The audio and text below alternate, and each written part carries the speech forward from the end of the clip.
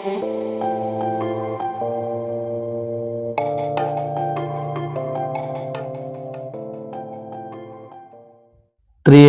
ദൈവത്തിന് മഹത്വം ഉണ്ടായിരിക്കട്ടെ. വീണ്ടും പ്രഭാതത്തിലേക്ക് ഏവർക്കും സ്വാഗതം. അപ്പോസ്തലനായ പൗലോസ് തിമോത്തിയോസിന് എഴുതിയ 2-ാം ലേഖനം 1-ാം അധ്യായം അതിൻ്റെ 5-ാം വാക്യം. ആ വിശ്വാസം ആദ്യം നിൻ്റെ വലിയമ്മ ലോവീസിലും അമ്മ യുനീക്കയിലും ഉണ്ടായിരുന്നു.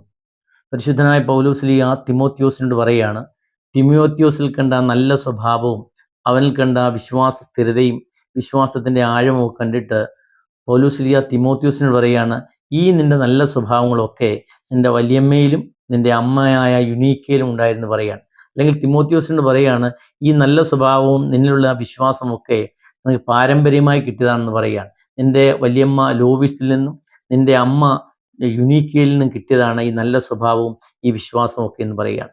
നമുക്കറിയാം, നമ്മുടെയൊക്കെ ജീവിതത്തിൽ മാതാപിതാക്കളിൽ നിന്ന് പകർന്നു കിട്ടുന്ന കുറേ സ്വഭാവങ്ങളുണ്ട്. അത് നല്ലതായാലും തീയതായാലും അതൊക്കെ മാതാപിതാക്കളിൽ നിന്ന് പകർന്നു കിട്ടുന്നതാണ്. അപ്പോൾ അതുകൊണ്ടാണ് പറയുന്നത്, ഒരു വൃക്ഷത്തെ അതിൻ്റെ ഫലം കൊണ്ട് തിരിച്ചറിയാമെന്ന് പറയുന്ന പോലെ, ഇതാ നമ്മൾ മക്കളെയൊക്കെ മക്കളുടെ നല്ല സ്വഭാവവും ഏത് സ്വഭാവമായിക്കോട്ടെ അത് നമ്മുടെ മാതാപിതാക്കളിൽ നിന്ന് കൂടി നമ്മൾ ആർജിച്ചെടുക്കുന്നതാണ്. പിന്നെ നമ്മൾ സ്വതമേ ഈ ലോകത്ത് ജീവിക്കുമ്പോൾ അതിൻ്റെ സംസ്കാരത്തിൻ്റെ ഭാഗമായിട്ടും ഈ ലോകത്തിൽ നമ്മൾ ജീവിക്കുമ്പോൾ അതിൻ്റേതായിട്ട് കുറേ സ്വഭാവങ്ങൾ നമ്മുടെ ജീവിതത്തിൽ കടന്നു വരാറുണ്ട്. എന്നാൽ കൂടുതലായിട്ടും നമുക്ക് പകർന്നു കിട്ടുന്നത് നമ്മുടെ മാതാപിതാക്കളുടെ ആ വിശ്വാസവും ആ സ്വഭാവങ്ങളും ഒക്കെയാണ് നമ്മിൽ പകർന്നു കിട്ടുന്നത്.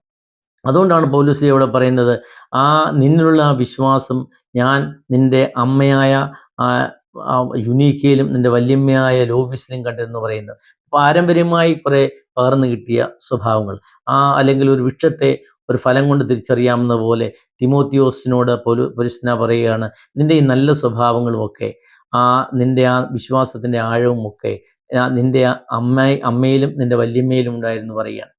നമ്മൾ ഈ പരിശുദ്ധമായ 15 നോമ്പിലൂടെ അല്ലെ ശൂന്യോ പെരുന്നാളിലൂടെ നമ്മൾ കടന്നു പോകുമ്പോൾ പരിശുദ്ധ മാതാവിനെ നമ്മൾ അനുസ്മരിക്കുമ്പോൾ മാതാവിൽ നിന്നും യേശുമ്പുരാന് കിട്ടിയ സ്വഭാവ ഗുണങ്ങൾ എന്തൊക്കെയാണ്?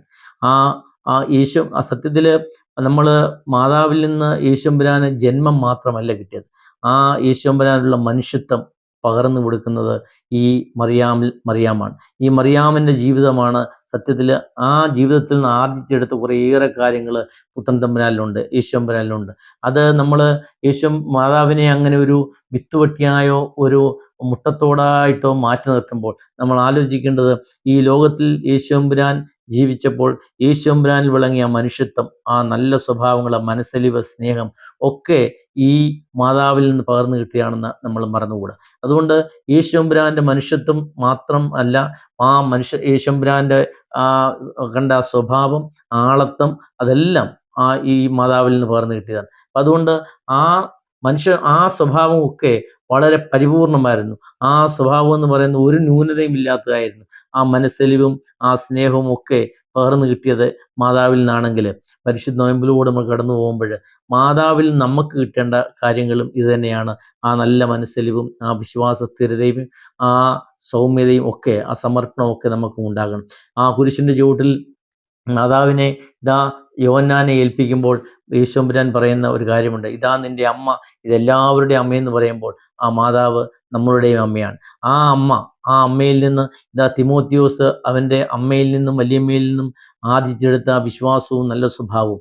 അങ്ങനെയാണെങ്കിൽ ഈ പരിശുദ്ധ മാതാവിൻ്റെ ആ നല്ല സ്വഭാവങ്ങൾ, ആ നല്ല മനുഷ്യത്വം, ആ മനസ്സലിവ് ഒക്കെ, ആ വിശ്വാസവും വിശുദ്ധിയും സ്ഥിരതയും ഒക്കെ സമർപ്പണവും ഒക്കെ നമ്മുടെ ജീവിതത്തിലും പകർന്നു കിട്ടുവാൻ നമുക്ക് കഴിയട്ടെ. അതിന് ദൈവത്തിൻ്റെ പരിശുദ്ധം സഹായിക്കട്ടെ എന്ന് പ്രാർത്ഥിക്കുന്നു. ദൈവം നമ്മെ സമർത്ഥമായി അനുഗ്രഹിക്കട്ടെ.